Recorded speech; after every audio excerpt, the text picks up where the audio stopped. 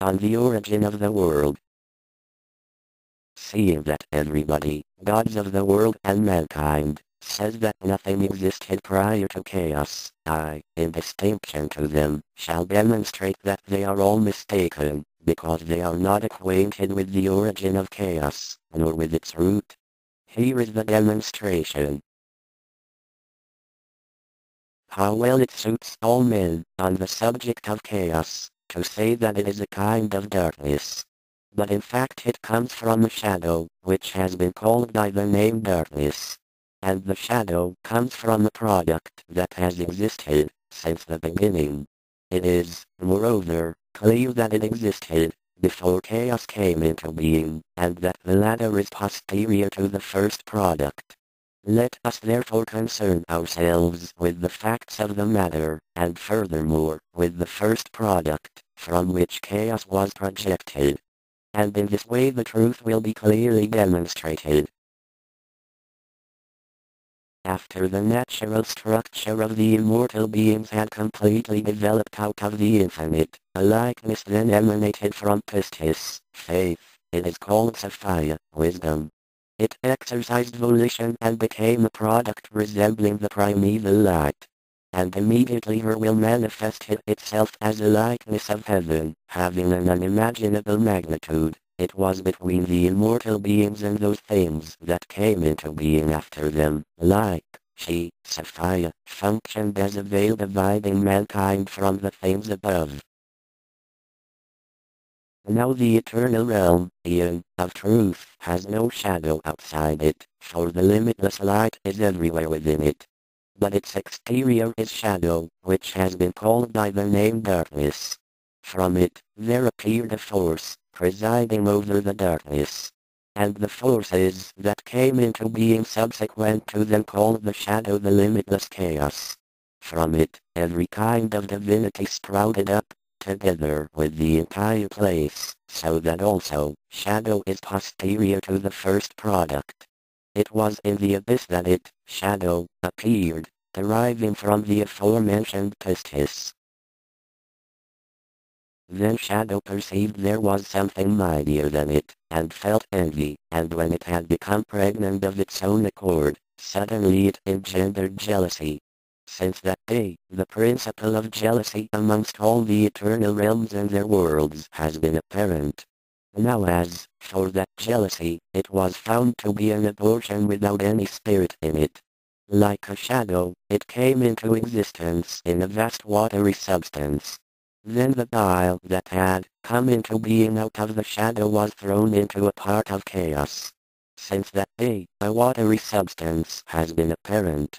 And what sank within it flowed away, being visible in chaos, as with a woman giving birth to a child, all her superfluities flow out. Just so, matter came into being out of shadow, and was projected apart. And it did not depart from chaos, rather, matter was in chaos, being in a part of it. And when these things had come to pass, then pistis came and appeared over the matter of chaos, which had been expelled, like an aborted fetus, since there was no spirit in it. For all of it, chaos, was limitless darkness and bottomless water. Now when pistis saw what had resulted from her defect, she became disturbed. And the disturbance appeared, as a fearful product, it rushed to her in the chaos. She turned to it and blew into its face in the abyss, which is below all the heavens. And when pistis Sophia desired to cause the thing that had no spirit to be formed into a likeness and to rule over matter and over all her forces, there appeared for the first time a ruler, out of the waters, lion-like in appearance, androgynous, having great authority within him, and ignorant of whence he had come into being. Now, when pistis Sophia saw him moving about in the depth of the waters, she said to him, "Child, pass through to here, whose equivalent is Sabaoth." Since that day, there appeared the principle of verbal expression, which reached the gods and the angels and mankind. And what came into being as a result of verbal expression, the gods and the angels and mankind finished. Now as for the ruler Sabaoth, he is ignorant of the force of pistis. He did not see her face, rather he saw in the water the likeness that spoke with him. And because of that voice, he called himself Sabaoth. But Uriel is what the perfect call him, for he was like a lion. Now, when he had come to have authority over matter, pistis Sophia withdrew up to her light. When the ruler saw his magnitude, and it was only himself that he saw nothing else, except for water and darkness, then he supposed that it was he alone who existed. His was completed by verbal expression. It appeared as a spirit moving to and fro upon the waters. And when that spirit appeared, the ruler set apart the watery substance. And what was dry was divided into another place. And from matter, he made for himself an abode, and he called it heaven. And from matter, the ruler made a footstool, and he called it earth. Next, the ruler had a thought, consistent with his nature, and by means of verbal expression he created an androgyn. He opened his mouth and called to him. When his eyes had been opened, he looked at his father, and he said to him, E. Then his father called him Eo. Next he created the second son.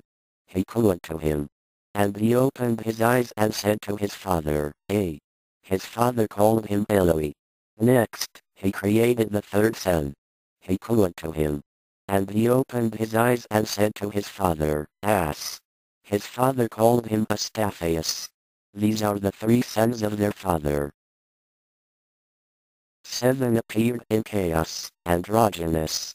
They have their masculine names and their feminine names. The feminine name is Pronola, Forethought, Sambathas, which is weak. And his son is called Yah, his feminine name is Lordship. Sabaoth, his feminine name is Deity. Adonais, his feminine name is Kingship. Elias, his feminine name is Jealousy. Aureus, his feminine name is Wealth. And Astaphius, his feminine name is Sophia, Wisdom.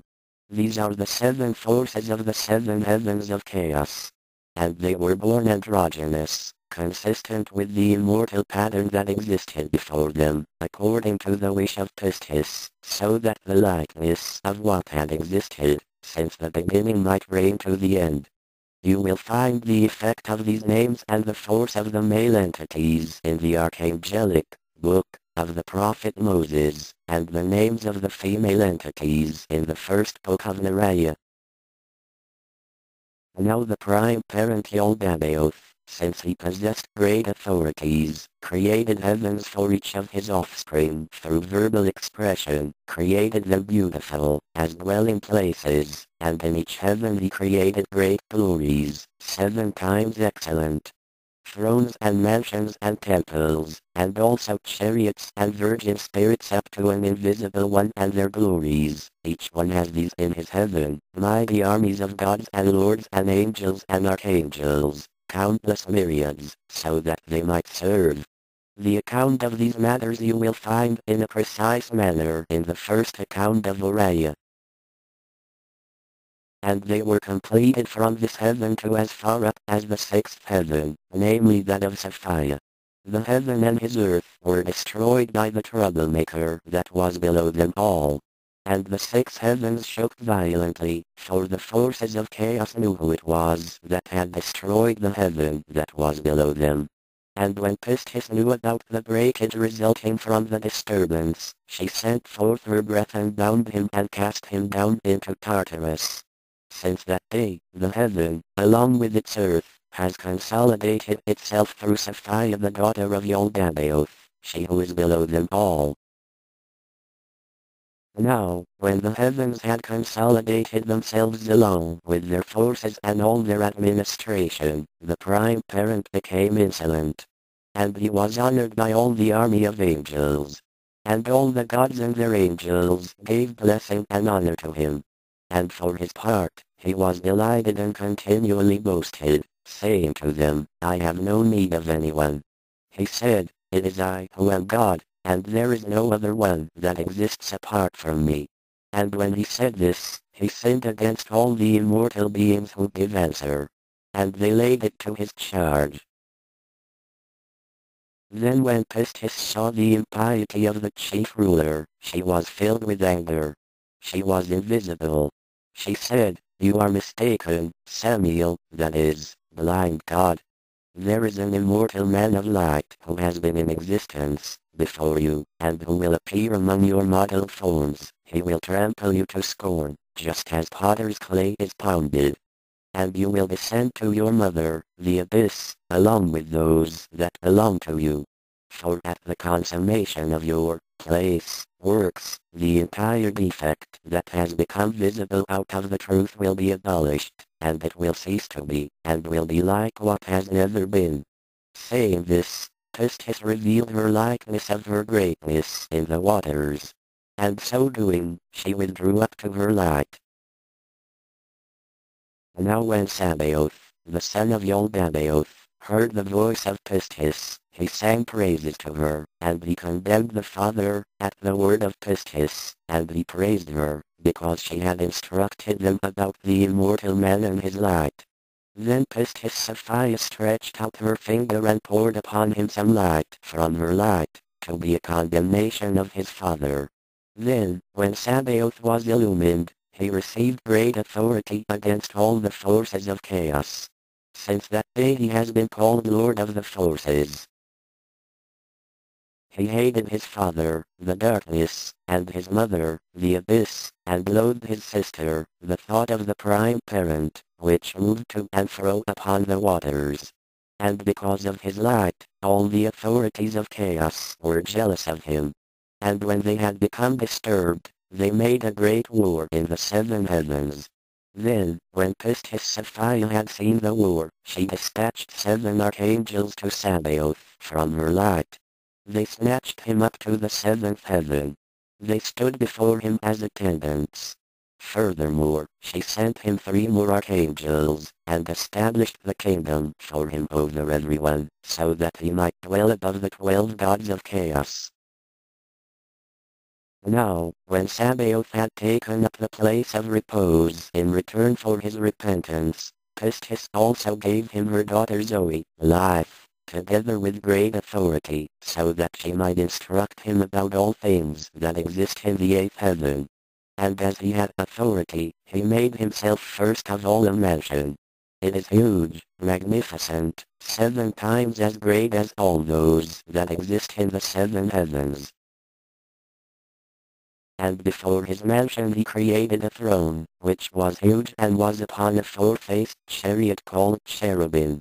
Now the cherubim has 8 shapes per each of the 4 corners, lion forms and calf forms and human forms and eagle forms, so that all the forms amount to 64 forms, and 7 archangels that stand before it. He is the 8th, and has authority. All the forms amount to 72.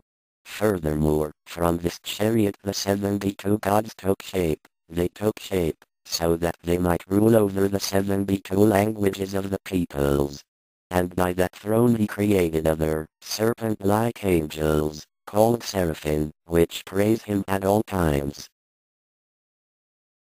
Thereafter he created a congregation of angels, thousands and myriads, numberless, which resembled the congregation in the 8th heaven, and a firstborn called Israel, which is, the man that sees God, and another being, called Jesus Christ, who resembles the Savior above in the 8th heaven, and who sits at his right upon a revered throne.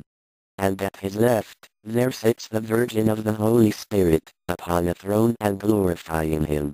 And the 7 virgins stand before her, possessing 30 harps, and psalteries and trumpets, glorifying him. And all the armies of the angels glorify him, and they bless him. Now where he sits is upon a throne of light within a great cloud that covers him.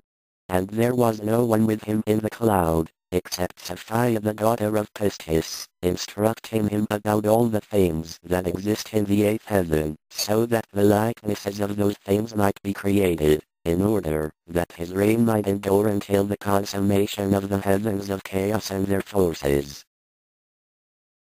Now Pistis Sophia set him apart from the darkness and summoned him to her right, and the prime parent she put at her left. Since that day, right has been called justice, and left called wickedness. Now because of this, they all received a realm in the congregation of justice and wickedness, stand upon a creature, all. Thus, when the prime parent of chaos saw his son Sabaoth and the glory that he was in, and perceived that he was greatest of all the authorities of chaos, he envied him. And having become wrathful, he engendered death out of his death, and he, namely, death, was established over the sixth heaven, for Sabaoth had been snatched up from there. And thus the number of the six authorities of chaos was achieved. Then death, being androgynous, mingled with his own nature and begot 7 androgynous offspring. These are the names of the male ones: jealousy, wrath, tears, sighing, suffering, lamentation, bitter weeping. And these are the names of the female ones: wrath, pain, lust, sighing, curse, bitterness, quarrelsomeness. They had intercourse with one another, and each one begot 7, so that they amount to 49 androgynous demons. Their names and their effects you will find in the Book of Solomon. And in the presence of these, Zoe, who was with Sabaoth, created 7 good androgynous forces. These are the names of the male ones: the unenvious, the blessed, the joyful, the true, the unbegrudging, the beloved, the trustworthy. Also, as regards the female ones, these are their names: peace, gladness, rejoicing, blessedness, truth, love, faith, pistis. And from these are many good and innocent spirits. Their influences and their effects you will find in the configurations of the fate of heaven that is beneath the 12. And having seen the likeness of Pistis in the waters, the prime parent grieved very much, especially when he heard her voice, like the first voice that had called to him out of the waters. And when he knew that it was she who had given a name to him, he sighed. He was ashamed on account of his transgression. And when he had come to know in truth that an immortal man of light had been existing before him, he was greatly disturbed, for he had previously said to all the gods and their angels, "It is I who am God. No other one exists apart from me." For he had been afraid they might know that another had been in existence before him, and might condemn him. But he, being devoid of understanding, scoffed at the condemnation and acted recklessly. He said, "If anything has existed before me, let it appear, so that we may see its light." Quote. And immediately, behold, light came out of the 8th heaven above and passed through all of the heavens of the earth. When the prime parent saw that the light was beautiful, as it radiated, he was amazed. And he was greatly ashamed. As that light appeared, a human likeness appeared within it, very wonderful. And no one saw it except for the prime parent and Pronola, who was with him. Yet its light appeared to all the forces of the heavens. Because of this they were all troubled by it. Then, when Pronola saw that emissary, she became enamored of him. But he hated her, because she was on the darkness. But she desired to embrace him, and she was not able to. When she was unable to assuage her love, she poured out her light upon the earth. Since that day, that emissary has been called Adam of Light, whose rendering is the luminous man of blood, and the earth spread over him, Holy Adamon, whose rendering is the holy land of Adamantine. Since that day, all the authorities have honored the blood of the Virgin. And the earth was purified on account of the blood of the Virgin. But most of all, the water was purified through the likeness of Pistis Sophia, who had appeared to the prime parent in the waters. Justly, then, it has been said, through the waters. The holy water, since it vivifies the all, purifies it. Out of that first blood Eros appeared, being androgynous. His masculinity is himyrus, being fire from the light. His femininity that is with him, a soul of blood, is from the stuff of Pronola. He is very lovely in his beauty, having a charm beyond all the creatures of chaos. Then all the gods and their angels, when they beheld Eros, became enamored of him. And appearing in all of them, he set them afire, just as from a single lamp many lamps are lit, and one and the same light is there, but the lamp is not diminished. And in this way, Eros became dispersed in all the created beings of chaos, and was not diminished. Just as from the midpoint of light and darkness Eros appeared, and at the midpoint of the angels and mankind the sexual union of Eros was consummated, so out of the earth the primal pleasure blossomed. The woman followed earth, and marriage followed woman. Birth followed marriage. Dissolution followed birth. After that Eros, the grapevine sprouted up out of that blood, which had been shed over the earth. Because of this, those who drink of it conceive the desire of sexual union. After the grapevine, a fig tree and a pomegranate tree sprouted up from the earth, together with the rest of the trees, all species, having with them their seed, from the seed of the authorities and their angels. Then justice created paradise, being beautiful and being outside the orbit of the moon and the orbit of the sun in the land of wantonness, in the east in the midst of the stones. And desire is in the midst of the beautiful, appetizing trees.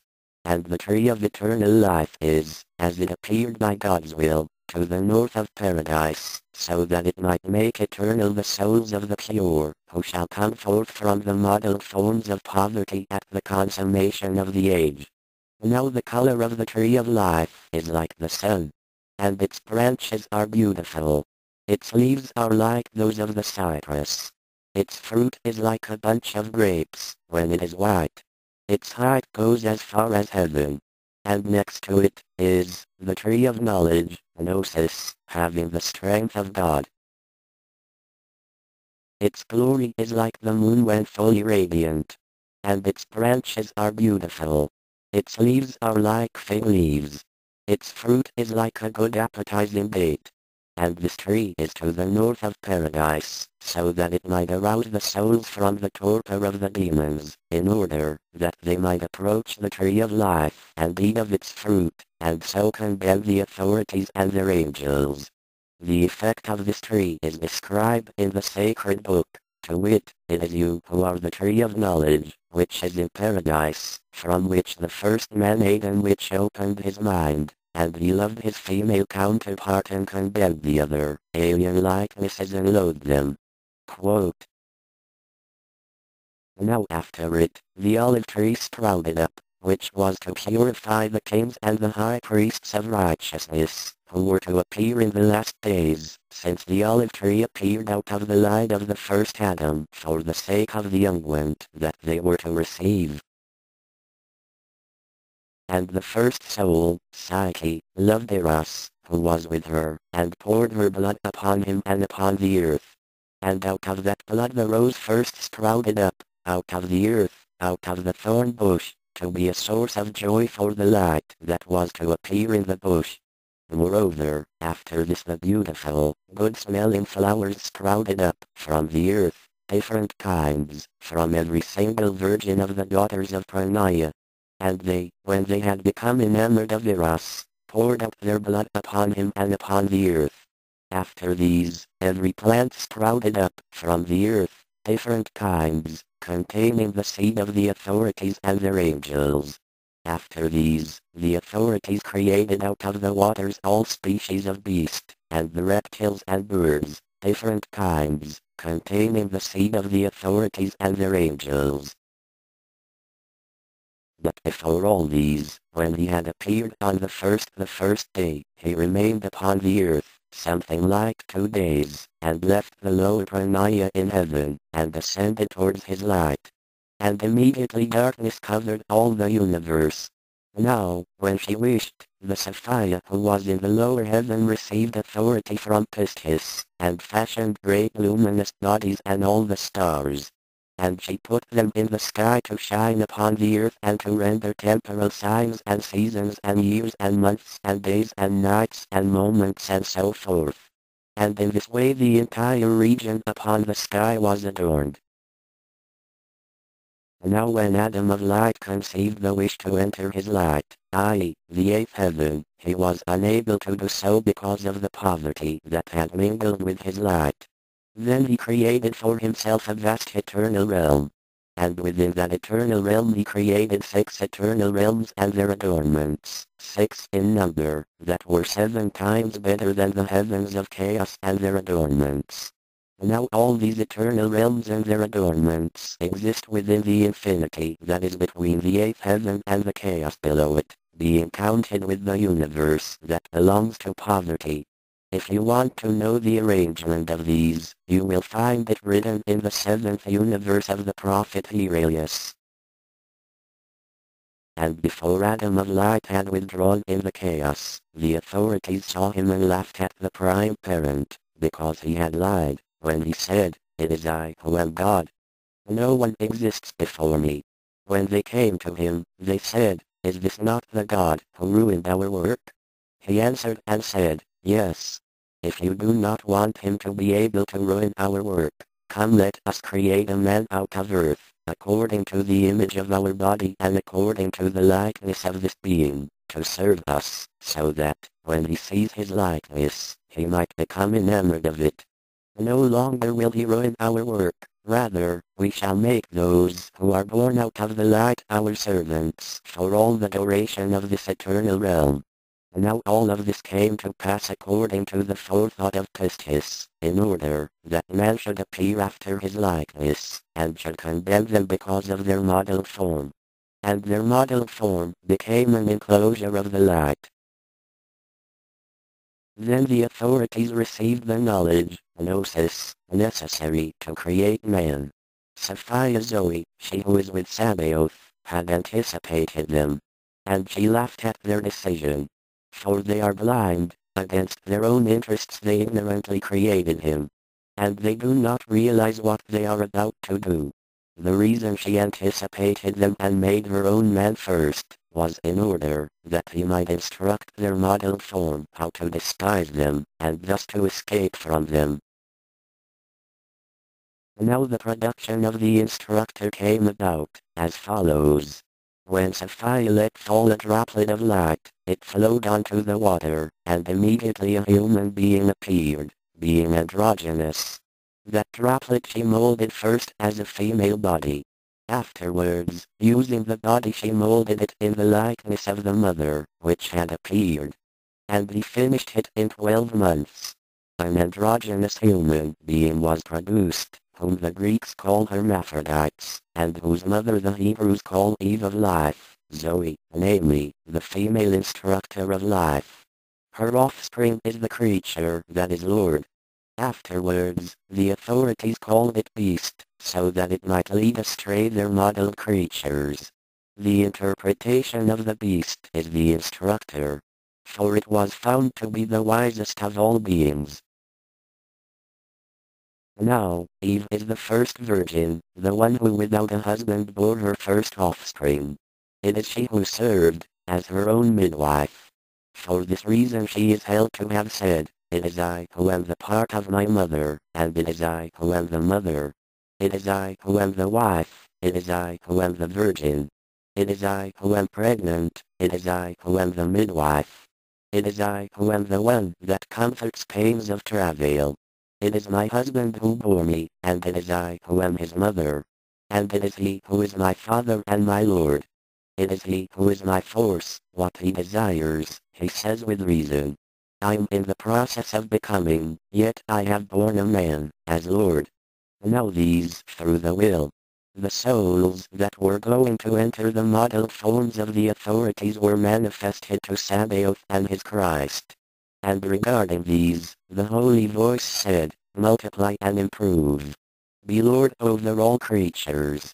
And it is they who were taken captive, according to their destinies, by the prime parent. And thus they were shut into the prisons of the model forms until the consummation of the age. And at that time, the prime parent then rendered an opinion concerning man to those who were with him.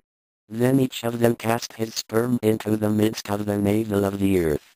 Since that day, the 7 rulers have fashioned man with his body resembling their body, but his likeness resembling the man that had appeared to them.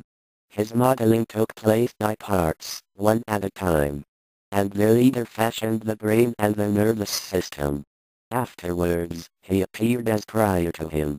He became a soul-endowed man. And he was called Adam, that is, Father, according to the name of the one that existed before him. And when they had finished Adam, he abandoned him as an inanimate vessel, since he had taken form like an abortion, in that no spirit was in him.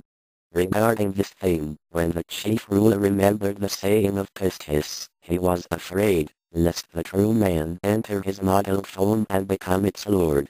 For this reason he left his modeled form 40 days without soul, and he withdrew and abandoned it. Now on the 40th day, Sophia Zoe sent her breath into Adam, who had no soul. He began to move upon the ground. And he could not stand up. Then, when the 7 rulers came, they saw him and were greatly disturbed. They went up to him and seized him. And he, namely, the chief ruler, said to the breath within him, Who are you? And whence did you come hither? It answered and said, I have come from the force of the man for the destruction of your work. When they heard, they glorified him, since he gave them respite from the fear and the anxiety in which they found themselves. Then they called that day rest, inasmuch as they had rested from toil. And when they saw that Adam could stand up, they were glad, and they took him and put him in paradise. And they withdrew up to their heavens. After the day of rest, Sophia sent her daughter Zoe, being called Eve, as an instructor, in order that she might make Adam, who had no soul, arise, so that those whom he should engender might become containers of light. When Eve saw her male counterpart prostrate, she had pity upon him, and she said, Adam, become alive. Arise upon the earth. Immediately her word became accomplished fact. For Adam, having arisen, suddenly opened his eyes. When he saw her, he said, You shall be called mother of the living. For it is you who have given me life. Quote. Then the authorities were informed that their modeled form was alive and had arisen, and they were greatly troubled. They sent 7 archangels to see what had happened. They came to Adam. When they saw Eve talking to him, they said to one another, What sort of thing is this luminous woman? For she resembles that likeness which appeared to us in the light. Now come, let us lay hold of her and cast her seed into her, so that, when she becomes soil she may not be able to ascend into her light. Rather, those whom she bears will be under our charge. But let us not kill Adam, for he is not one of us. Rather let us bring a deep sleep over him. And let us instruct him in his sleep to the effect that she came from his rib, in order that his wife may obey, and he may be lord over her. Quote. Then Eve, being a force, laughed at their decision. She put mist into their eyes and secretly left her likeness with Adam. She entered the tree of knowledge and remained there.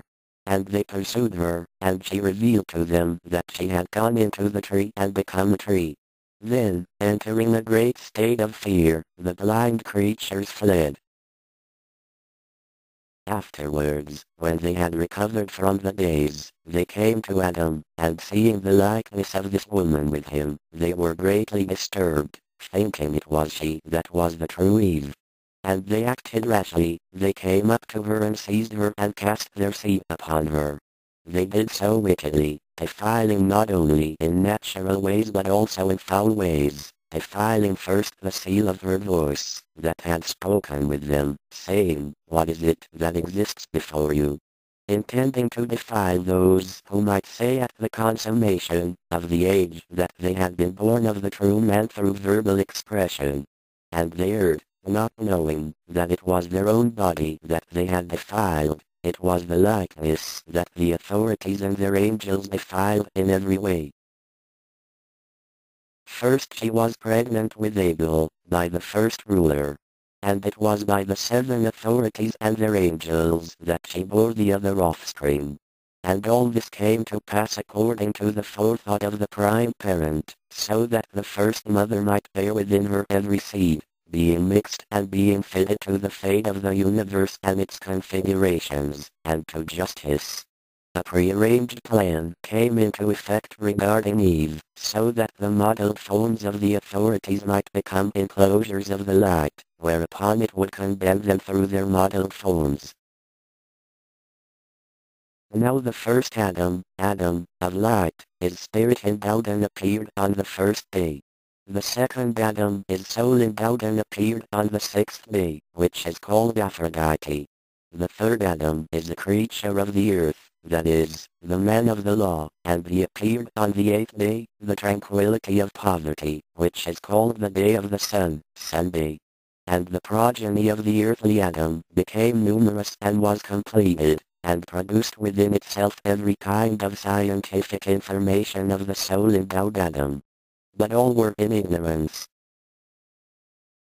Next, let me say that, once the rulers had seen him and the female creature who was with him erring ignorantly like beasts, they were very glad. When they learned that the immortal man was not going to neglect them, rather that they would even have to fear the female creature that had turned into a tree, they were disturbed, and said, "Perhaps this is the true man, this being who has brought a fog upon us and has taught us that she who was soiled is like him, and so we shall be conquered." Quote. Then the 7 of them together laid plans. They came up to Adam and Eve timidly. They said to him, "The fruit of all the trees created, for you in paradise shall be eaten, but as for the tree of knowledge, control yourselves and do not eat from it. If you eat, you will die." Having imparted great fear to them, they withdrew up to their authorities. Then came the wisest of all creatures, who was called Beast. And when he saw the likeness of their mother Eve, he said to her, "What did God say to you? Was it, 'Do not eat from the tree of knowledge'?" She said, "He said not only, 'Do not eat from it,' but, 'Do not touch it, lest you die.'" He said to her, "Do not be afraid. In death you shall not die. For he knows that, when you eat from it, your intellect will become sober and you will come to be like gods, recognizing the difference that obtains between evil men and good ones. Indeed, it was in jealousy that he said this to you, so that you would not eat from it." Quote. Now Eve had confidence in the words of the instructor. She gazed at the tree and saw that it was beautiful and appetizing, and liked it. She took some of its fruit and ate it, and she gave some also to her husband, and he too ate it. Then their intellect became open. For, when they had eaten, the light of knowledge had shone upon them. When they clothed themselves with shame, they knew that they were naked of knowledge. When they became sober, they saw that they were naked and became enamored of one another. When they saw that the ones who had modeled them had the form of beasts, they loathed them, they were very aware. Then, when the rulers knew that they had broken their commandments, they entered paradise and came to Adam and Eve with earthquake and great threatening, to see the effect of the aid. Then Adam and Eve trembled greatly and hid under the trees in paradise. Then the rulers did not know where they were and said, "Adam, where are you?" He said, "I'm here, for through fear of you I hid, being ashamed." And they said to him ignorantly, "Who told you about the shame with which you clothed yourself, unless you have eaten from that tree?" He said, "The woman whom you gave me, it is she that gave to me and I ate." Then they said to the latter, "What is this that you have done?" She answered and said, "It is the instructor who urged me on, and I ate." Quote. Then the rulers came up to the instructor. Their eyes became misty because of him, and they could not do anything to him. They cursed him, since they were powerless.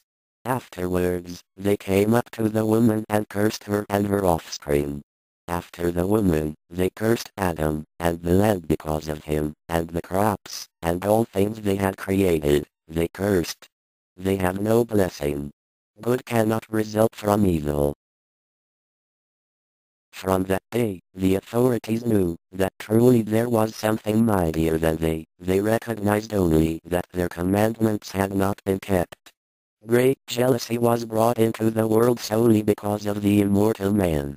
Now, when the rulers saw that their Adam had entered into an alien state of knowledge, they desired to test him, and they gathered together all the domestic animals and the wild beasts of the earth and the birds of heaven and brought them to Adam to see what he would call them.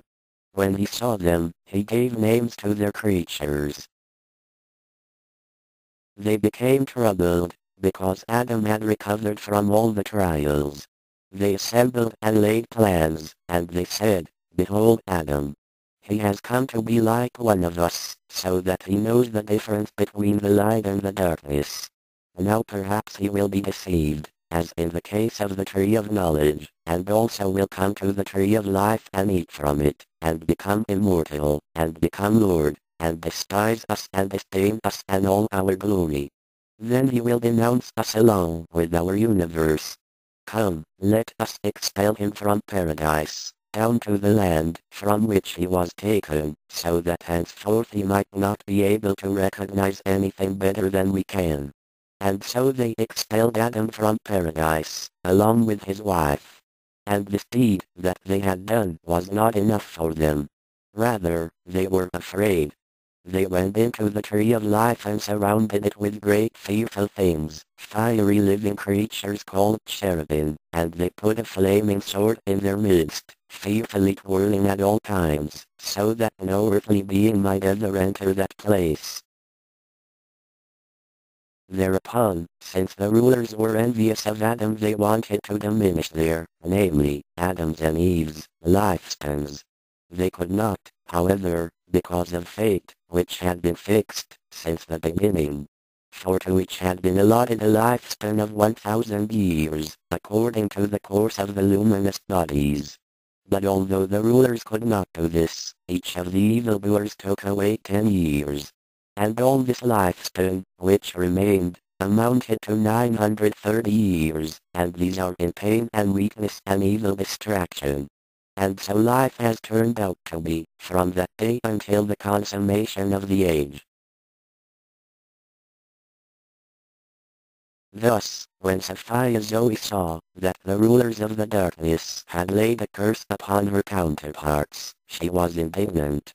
And coming out of the first heaven with full power, she chased those rulers out of their heavens, and cast them down into the sinful world, so that there they should dwell, in the form of evil spirits, demons, upon the earth.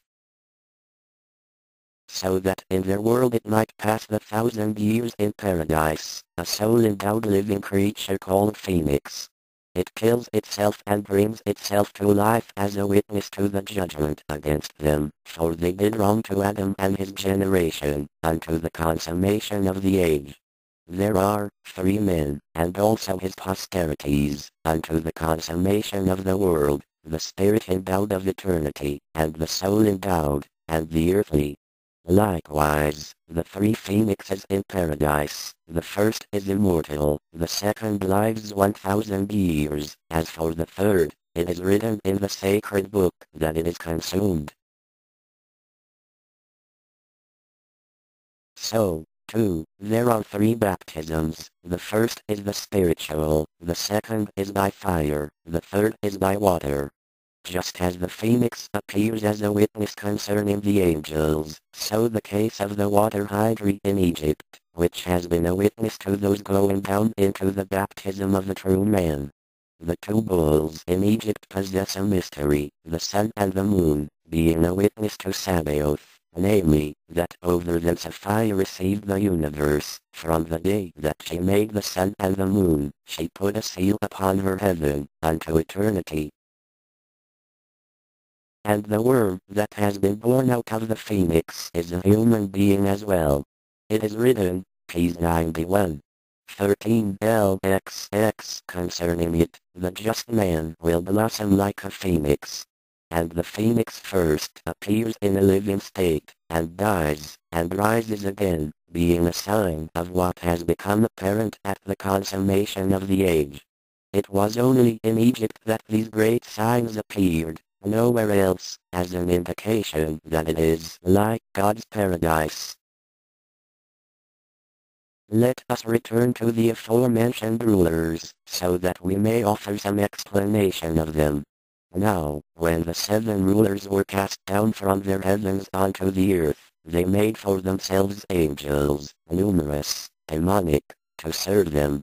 And the latter instructed mankind in many kinds of error and magic and potions and worship of idols and spilling of blood and altars and temples and sacrifices and libations to all the spirits of the earth, having their co-worker Fate, who came into existence by the concord between the gods of injustice and justice.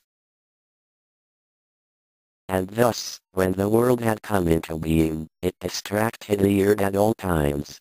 For all men upon earth worshipped the spirits, demons, from the creation to the consummation, both the angels of righteousness and the men of unrighteousness.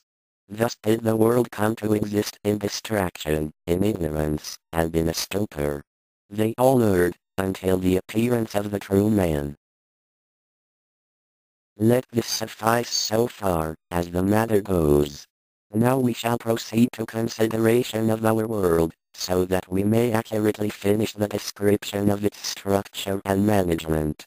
Then it will become obvious how belief in the unseen realm, which has been apparent from creation down to the consummation of the age, was discovered. I come, therefore, to the main points regarding the immortal man. I shall speak of all the beings that belong to him, explaining how they happen to be here. When a multitude of human beings had come into existence, through the parentage of the Adam who had been fashioned, and out of matter, and when the world had already become full, the rulers were master over it, that is, they kept it restrained by ignorance. For what reason? For the following, since the immortal Father knows that a deficiency of truth came into being amongst the eternal realms and their universe, when he wished to bring to naught the rulers of perdition through the creatures they had modeled, he sent your likenesses down into the world of perdition, namely, the blessed little innocent spirits. They are not alien to knowledge. For all knowledge is vested in one angel who appeared before them. He is not without power in the company of the Father. And he gave them knowledge. Whenever they appear in the world of perdition, immediately and first of all they reveal the pattern of imperishability as a condemnation of the rulers and their forces. Thus when the blessed beings appeared in forms modeled by authorities, they were envied. And out of envy the authorities mixed their seed with them, in hopes of polluting them. They could not. Then when the blessed beings appeared in luminous form, they appeared in various ways. And each one of them, starting out in his land, revealed his, kind of, knowledge to the visible church constituted of the modeled forms of perdition. It, namely, the church, was found to contain all kinds of seed, because of the seed of the authorities that had mixed with it. Then the Savior created, of them all, and the spirits of these are manifestly superior, being blessed and varying in election, and also, he created, many other beings, which have no king and are superior to everyone that was before them. Consequently, 4 races exist. There are 3 that belong to the kings of the 8th heaven. But the 4th race is kingless and perfect, being the highest of all. For these shall enter the holy place of their Father. And they will gain rest in repose and eternal, unspeakable glory and unending joy. Moreover, they are kings within the mortal domain, in that they are immortal. They will condemn the gods of chaos and their forces. Now the Word, that is superior to all beings, was sent for this purpose alone, that he might proclaim the unknown. He said, "There is nothing hidden that is not apparent, and what has not been recognized, will be recognized." And these were sent to make known what is hidden, and the 7 authorities of chaos and their impiety. And thus they were condemned to death. So when all the perfect appeared in the forms modeled by the rulers, and when they revealed the incomparable truth, they put to shame all the wisdom of the gods. And their fate was found to be a condemnation. And their force dried up. Their lordship was dissolved. Their forethought became emptiness, along with their glory. Before the consummation of the age, the whole place will shake with great thundering. Then the rulers will be sad, their death. The angels will mourn for their mankind, and the demons will weep over their seasons, and their mankind will wail and scream at their death. Then the age will begin, and they will be disturbed.